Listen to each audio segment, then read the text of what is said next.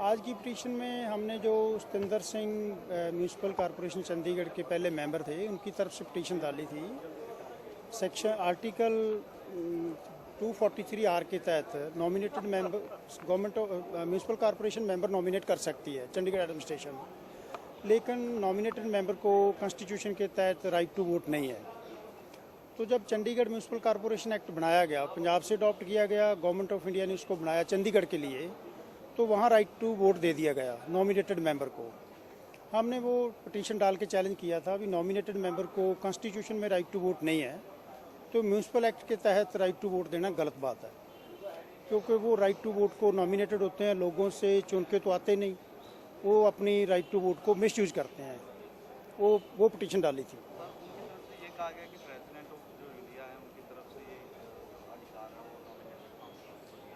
हाँ, जो government of India का वकील था उसने कहा था भी 243 ZB के तहत प्रेसिडेंट ऑफ इंडिया का अधिकार है चंडीगढ़ एडमिनिस्ट्रेशन जितनी ड्यूटी हैं हिंदुस्तान की उसके लिए कानून बनाने का म्यूनसिपल कॉरपोरेशन के लिए अधिकार है।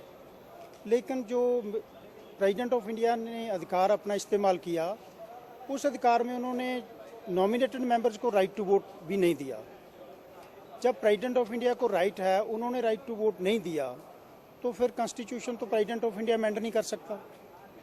कॉन्स्टिट्यूशन में राइट टू वोट नहीं है, एक्ट में राइट टू वोट दे दिया गया, प्रेसिडेंट ऑफ इंडिया ने भी अपनी पावर यूज़ करके राइट टू वोट नहीं दिया, तो कोर्ट ने हमारी बात करीब करीब मानी भी नॉमिनेटेड मेंबर को राइट टू वोट नहीं दिया जा सकता। तो आज क्या हुआ? आज पूरी बहस सुनने के बाद दो पिटीशन थी हाई कोर्ट के पास।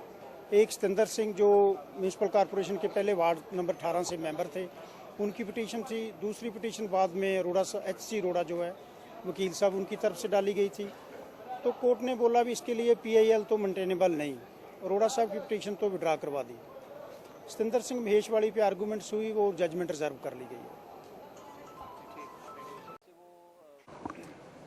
आज तो कोर्ट ने क्या कहना था, कोर्ट तो पिछली 5-6 तरीकों पर खूब कहती रही है कि नॉमिनेटेड मेंबर यदि ये चाहते हैं कि उनको वोट का अधिकार मिले, तो ये एक पावर हथियाने की गेम है जो कि उनको नहीं मिलनी चाहिए। यदि वो इतने ही पावर के पीछे हैं, वोट डालना चाहते हैं मेयर के इलेक्शन में या अदरवाइज मीटिंगों में, तो उनको इलेक्शन लड़ना चाहिए। सो उनके स्टैंड को कोर्ट नकारती रही है, लेकिन अल्टीमेटली जब बहस होती है तो उसके बाद जब कोर्ट दोनों साइडों की बहस पर बड़े ठंडे दिमाग से विचार करती है, तो तभी वो फैसला कर पाती है कि कौन सा पक्ष सही है, कौन सा गलत है। इसलिए जजमेंट बहुत ही महत्वपूर्ण केसों में ये बहुत महत्वपूर्ण है देश की पॉलिटिक्स के लिए कि म्यूनसिपल कॉरपोरेशनों में जो नॉमिनेटेड मेंबर हैं उनको वोट का राइट मिलने का मतलब क्या है।